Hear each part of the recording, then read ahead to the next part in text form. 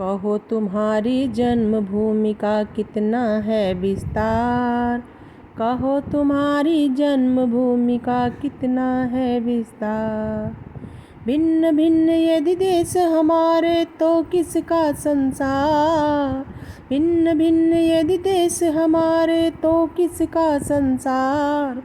कहो तुम्हारी जन्मभूमि का कितना है विस्तार। धरती को हम काटे छाटे तो उस अंबर को भी बाटे। एक अनल है एक सलील है एक अनिल संचार। कहो तुम्हारी जन्मभूमि का कितना है विस्तार। कहो तुम्हारी जन्मभूमि का कितना है विस्तार।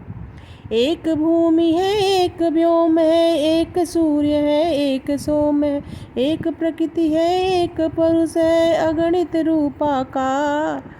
कहो तुम्हारी जन्मभूमि का कितना है विस्तार।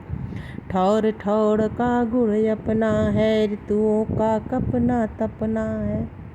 ठौर ठौर का गुण अपना है ऋतुओं का कपना तपना है।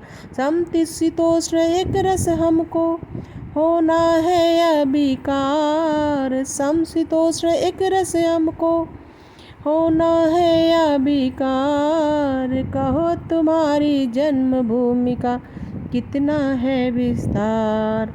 अलग अलग है सभी अधूरे सब मिलकर ही तो हम पूरे। एक दूसरे का पूरक है एक मनुज परिवार। कहो तुम्हारी जन्मभूमि का कितना है विस्तार। कहो तुम्हारी जन्मभूमि का कितना है विस्तार।